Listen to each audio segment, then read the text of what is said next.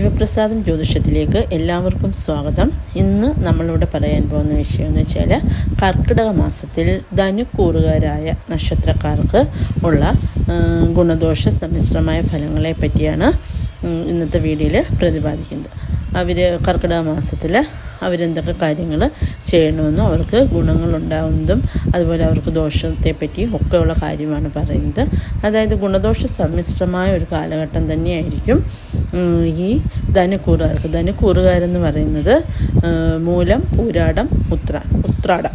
അതായത് ഉത്രാടം എന്ന് വെച്ച് കഴിഞ്ഞാൽ ഉത്രാടം മകരക്കൂറും ഉണ്ട്, ധനുക്കൂറും ഉണ്ട്.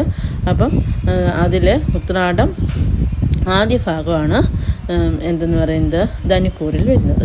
അപ്പോൾ ഈ നക്ഷത്രക്കാർ വളരെയേറെ ശ്രദ്ധിക്കേണ്ട ഒരു സമയമാണ് ഈ സമയം എന്ന് പറയുന്നത്. അതായത് ഇവർക്ക് വ്യാഴമാറ്റം, അതായത് വ്യാഴം ഇപ്പോൾ ഇവർക്ക് 6ലാണ് വന്നിരിക്കുന്നത്. അപ്പോൾ 6ലെ വ്യാഴം ഇവർക്ക് വളരെയേറെ ദോഷബലത്തെയാണ് ചെയ്യുന്നത്. പ്രത്യേകിച്ച് ഇവർക്ക് കർമ്മ മേഖലയിൽ വളരെയധികം ദോഷദുരിതങ്ങൾ വരാൻ സാധ്യത വളരെ കൂടുതലുള്ള ഒരു സമയമാണ്. അതുകൊണ്ട് തന്നെ മഹാവിഷ്ണു പ്രീതി, അതായത് വിഷ്ണു പ്രീതികരമായ കർമ്മങ്ങൾ ഇവർ ഉറപ്പായും ചെയ്തിരിക്കണം. അതുപോലെ തന്നെ ജോലി സ്ഥലത്ത് എന്തെങ്കിലും മേലുദ്യോഗസ്ഥരിൽ നിന്ന് അല്പം അപ്രീതിയൊക്കെ ഉണ്ടെന്നുണ്ടെങ്കിൽ, അതായത് എന്തെങ്കിലുമൊക്കെ നമുക്കറിയാമല്ലോ, ജോലി സ്ഥലത്ത് നമ്മുടെ ചിലപ്പോൾ മേലുദ്യോഗസ്ഥരിൽ നിന്ന് ചിലപ്പോൾ നമ്മൾ തെറ്റ് ചെയ്തില്ലെങ്കിൽ പോലും ചിലപ്പോൾ നമുക്ക് കുറ്റങ്ങളൊക്കെ ആരോപണം കേൾക്കേണ്ടി വരും. എന്നാൽ പോലും നമ്മൾ കഴിവതും സമയം മോശമാണെന്ന് കരുതി അല്പം ഒന്ന് താഴ്ന്നിരിക്കുക, അതായത് തിരിച്ച് റിപ്ലൈ ഒന്നും കൊടുക്കാതിരിക്കാൻ നോക്കുക. കഴിവതും എല്ലാ കാര്യത്തിലും ഒരു മിതത്വം പാലിച്ച് പോകാൻ നോക്കുക. അതുപോലെ തന്നെ ഒക്കുമെങ്കിൽ വ്യാഴാഴ്ച വ്രതം എടുക്കുന്നത് വളരെ ഉത്തമമായിരിക്കും.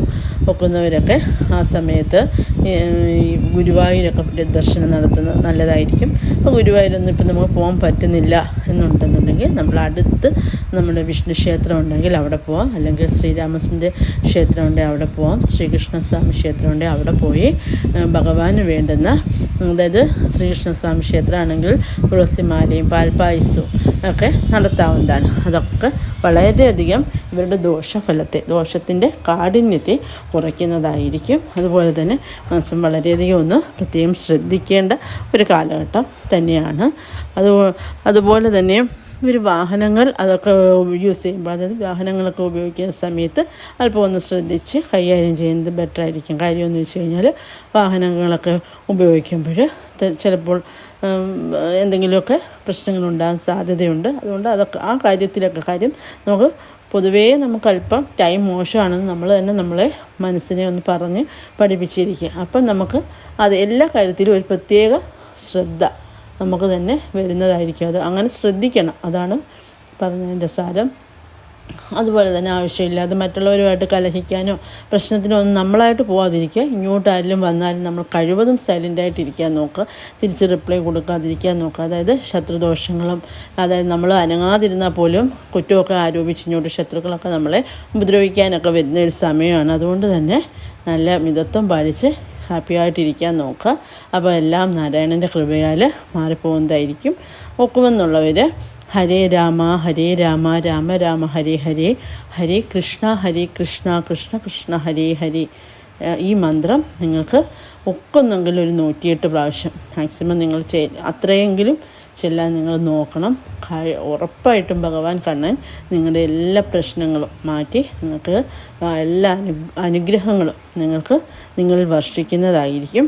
അപ്പോൾ നമ്മൾ പ്രത്യേകിച്ച് എന്ന് രാവിലെ കുളിച്ച് വന്നിട്ട് ഭഗവാന്റെ മുന്നിൽ വന്ന് വിളക്ക് വെച്ചിട്ട് ഈ ഒരു മന്ത്രം നിങ്ങൾ ചെല്ലാൻ നോക്കുക. അപ്പം നമുക്ക് ടെൻഷൻ്റെ ആവശ്യമില്ല. ടെൻഷനൊക്കെ വരുമ്പോൾ ഹരേ രാമ അങ്ങനെ ചെല്ലുക. പിന്നെ കണ്ണൻ്റെ രൂപം അങ്ങനെ മനസ്സിലങ്ങനെ ഓർക്കുക, കണ്ണനെയും അതല്ലെങ്കിൽ ഗുരുവായൂരപ്പനെയും അങ്ങനെ മനസ്സിലോർക്കുക, അല്ലെങ്കിൽ സാക്ഷാൽ മഹാവിഷ്ണുവിനെ തന്നെ മനസ്സിലോർക്കുക.